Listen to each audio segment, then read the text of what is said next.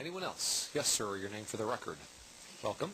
Bruce Minker, work over at the jail. Thank you, Chairman Goings. About a month ago, I was given some information by Mr. Trummel from the, correct me if I'm wrong here, Tremble. Performance Audit, thank you. Performance Audit. Dealing with pretrial service. I'm going to beat the drum again on that.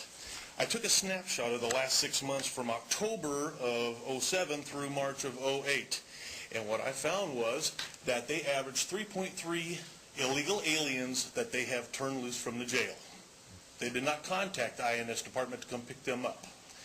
If you accumulate and adjust and do the math on that, they've been in business for almost 12 years. That's roughly 500 people that they've turned loose that INS probably wanted to have their hands on. Now, I'm embarrassed by that because I work in the Sheriff's Department. I'm embarrassed by that because my business is incarceration.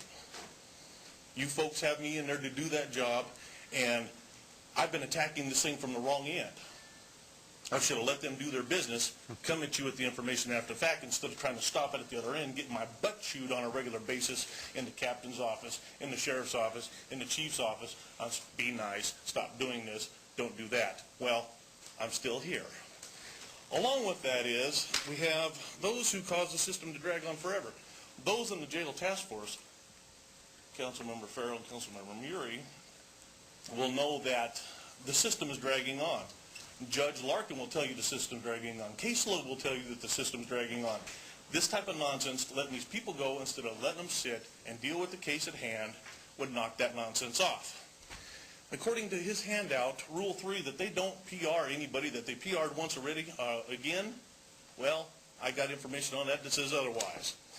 Then we have, the last but not least, and you'll notice it's fairly thick, the career criminal. Everybody that's been booked more than 5 times, up to 40, 57, 62, and such, that they've PR'd on. So, what are we going to do? We're going to keep having me come up here and bug you folks every Tuesday? You guys put Permetta where it belonged. You killed the funds. You did the right thing with that. I'm telling you, we're looking at budget cuts. I've given opportunities and ideas on how to try and create making money by renting out jail space that we're sitting on, pumping electricity and water to.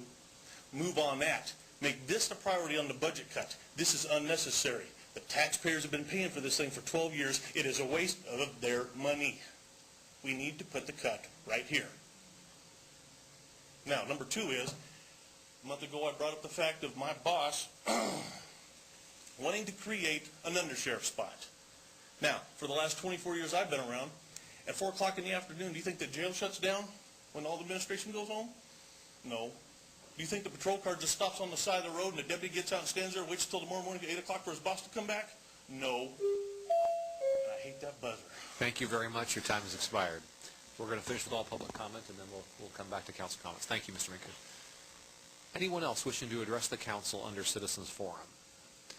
Seeing none, I'll close Citizens Forum. Comments, questions by members of the council. Councilmember Farrell. Yes, I've had several occasions where I've asked you to come speak at and you have attended the task force that I'm on, and you've declined. I would expect, I'm just letting you know, I would expect that you'll present that at the next task force meeting so we can actually take a look at it as opposed to just throwing shots over here to council that's not prepared to address it. I would love to address it at our meetings. Please take the opportunity to address it at the meeting. No. Nope. Public It's a comments one-way closed. conversation. I'm saying, Bad Bruce, make sure you talk to me at the meeting when I ask you to talk. Thanks. Okay. Any other comments or questions by members of the council? Councilmember Bush. Thank you, Mr. Chairman. Some time back, the council approved in November a budget, and part of the stipulation of that budget was to receive from the Sheriff's Department a report on what it would cost to send corrections officers to the training provided by Homeland Security and the ICE. I believe that's Immigration and Corrections Enforcement or something like that, ICE for short.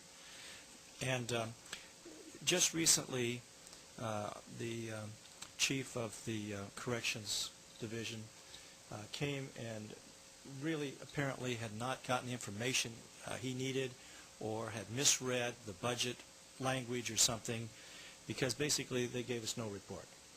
And it's been 6 months, and we were looking forward to finding a way that would be cost efficient and effective to save the taxpayers literally millions of dollars that are unnecessarily being spent because we are holding illegal aliens in our jail instead of transferring them to the federal forces and the federal authorities at the port.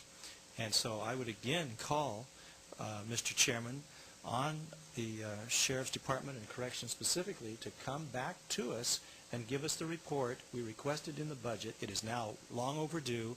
They have not fulfilled their obligation and the request, and I think the taxpayers deserve to find out what it would cost and how cost efficient it would be. So I still bring that forward, and I appreciate the gentleman's testimony because it gave me an opportunity to show my displeasure with the inattention to, I think, an important and significant issue, particularly when we talk about the economic situation we're in today. When they talk about budgetary cuts to different departments, here is millions of dollars waiting to be saved, and this should not be left undone.